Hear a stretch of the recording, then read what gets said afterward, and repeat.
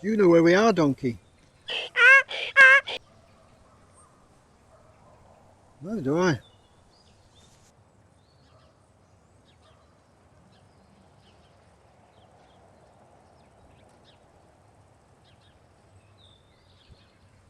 That's what we're looking for, donkey.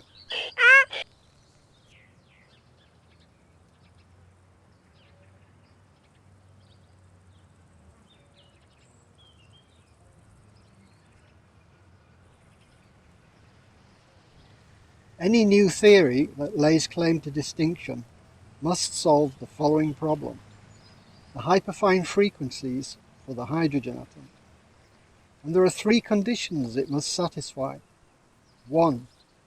The atom must be a clearly visualizable model. The mechanism, that is how it works, must be free from contradictions. The hyperfine frequencies must be derivable from the mechanism to high accuracy, say to within half a megahertz. I don't see a clear visualizable model in quantum electrodynamics, and there are at least 7 lengthy calculations needed to get to the result, so there are good reasons to look for an alternative, but it must have comparable accuracy. In April 2025, I published a paper in Quantum Studies, Mathematics and Foundations, that detailed an alternative but accurate derivation of the hydrogen atom fine structure.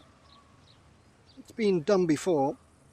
Arnold Sommerfeld used classical mechanics in 1916, and Charles Darwin, grandson of the pioneer of natural selection, used Dirac's quantum mechanics in 1928.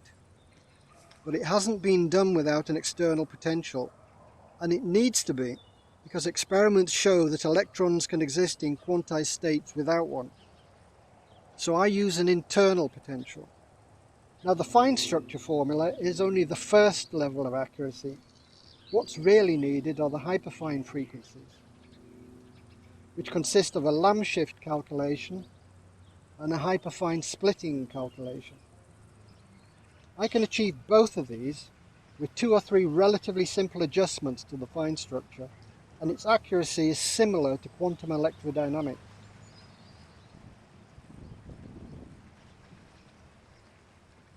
So in the photonic toroidal vortex theory that I've developed, I take the orbital angular momentum of light, for which there's a lot of experimental evidence, and use its beam waist or radius to define the electron rest mass.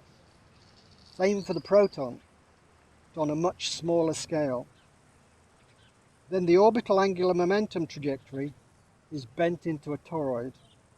It's basically an orbiting electron, but there's no external potential. So now we have both an electron and a proton, each orbiting their own toroidal center. When they're brought into close proximity, we can form bound states of hydrogen with energy radiated away in the process.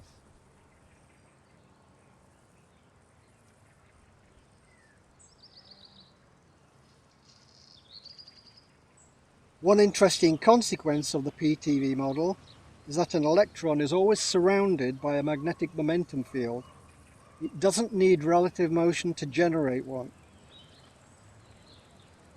If we compare the accuracy of PTV against QED, PTV is more accurate for the Lamb shift, although it aims for the mean of the hyperfine pair rather than the centroid.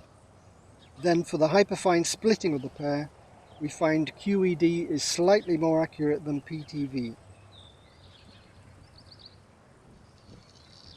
The basic element of PTV theory is a helical string, not a particle. Unlike quantum mechanics, we are allowed to imagine the structure of the world beyond perception. And it cannot be the same as the world we see around us, because that's only a brain construction or an hallucination derived from the changes or light emissions from the world beyond perception. In fact, I really believe that Bohr and Heisenberg, who said that we can only have a theory using observables, set physics back 100 years.